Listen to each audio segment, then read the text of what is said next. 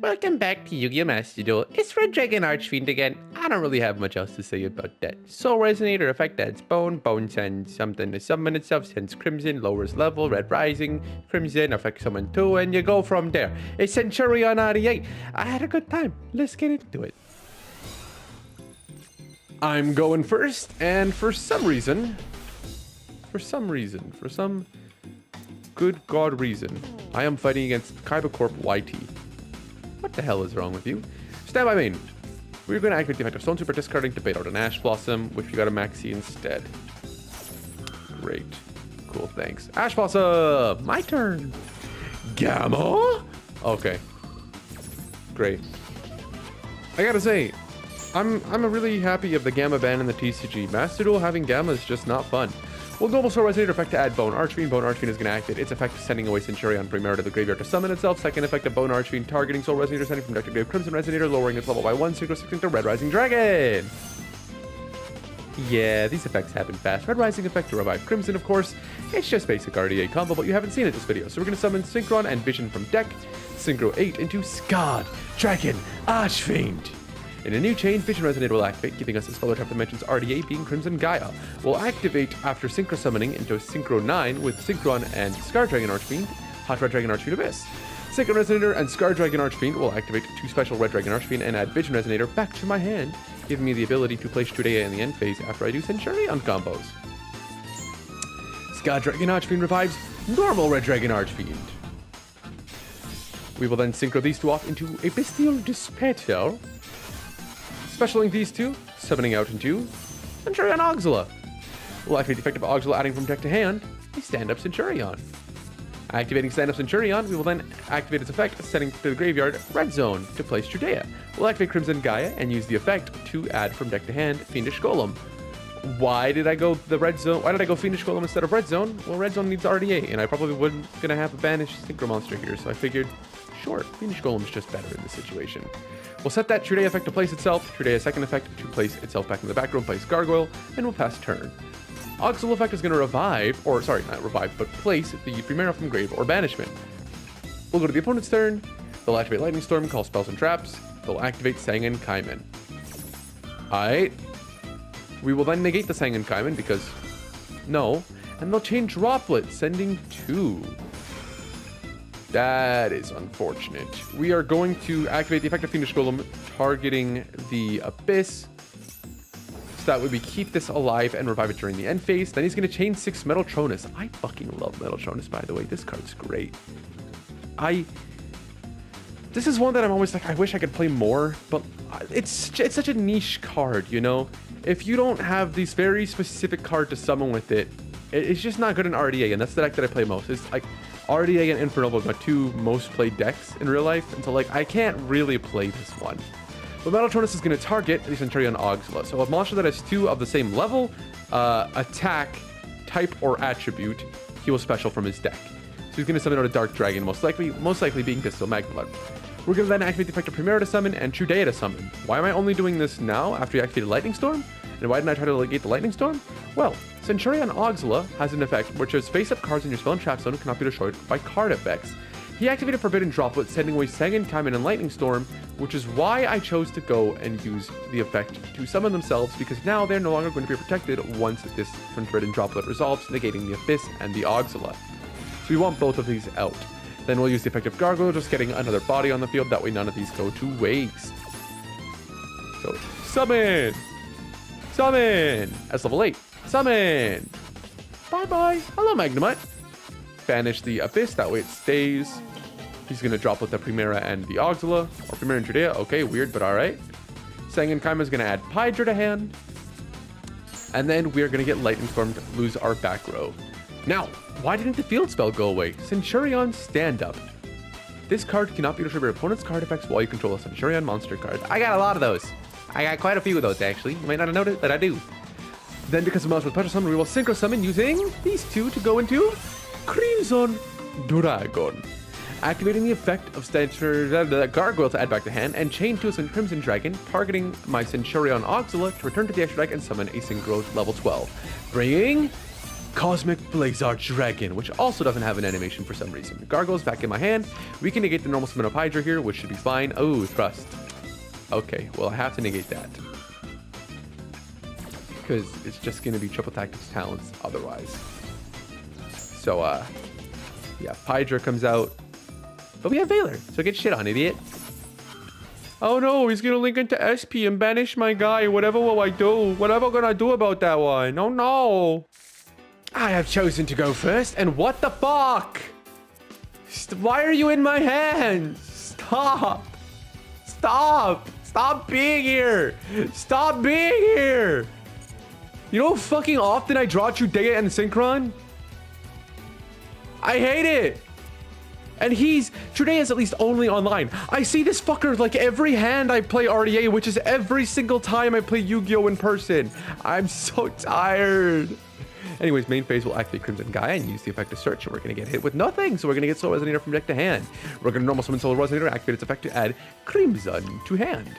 Activate the effect of Bone Archfiend, sending to the graveyard a Crimson Resonator. Summoning Bone. Bone effect, targeting the Soul Resonator from deck to grave, use the. Then we will set Red Zone. Auxil will activate its effect to revive the Trudea, and we will pass turn.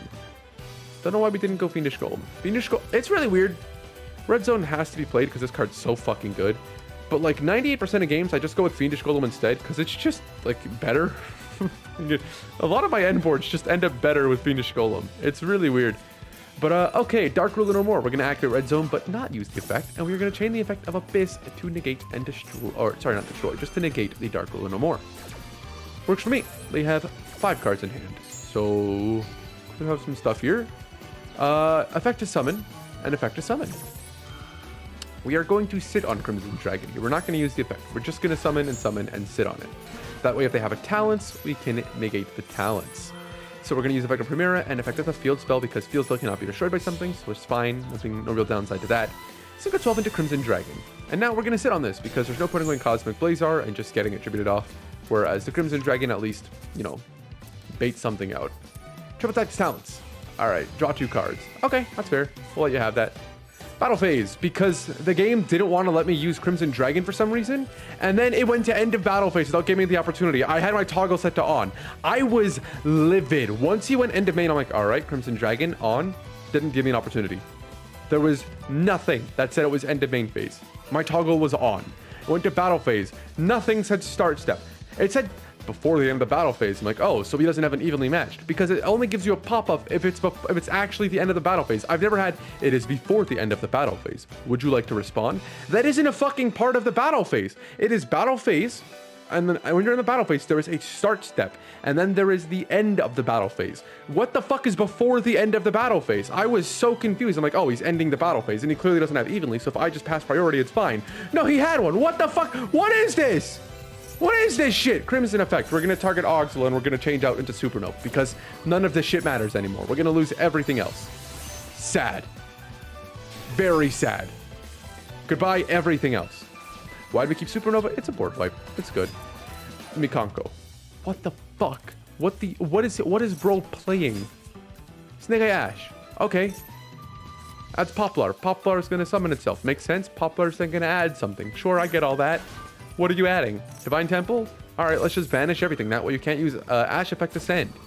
Makes sense to me. Seems like the intelligent decision. You've already also normal summon now. Yep, that makes sense. You added Snake Eye, so probably was the only one you had, which means that you would have had nothing from there. Okay, you have Heroic Call. What the fuck is going on right now? Okay. Hari. It's a 60 card deck. Bro open Dark Ruler, evenly, talents, reinforcement of the RB, Hari. All right, sure. Fire from Lady to hand. That's smart. That's this old combo right there. Yeah, fair enough. Effect to summon. Link 2 into a Soul. A Soul is going to add a warrior monster from deck to hand, which they can't do anything with that this turn. So they're going to add from deck to hand Sublimation Knight. Then they can use the effect of a Soul, sending 4 to the grave to revive one, being Ogier. My boy. My beautiful boy.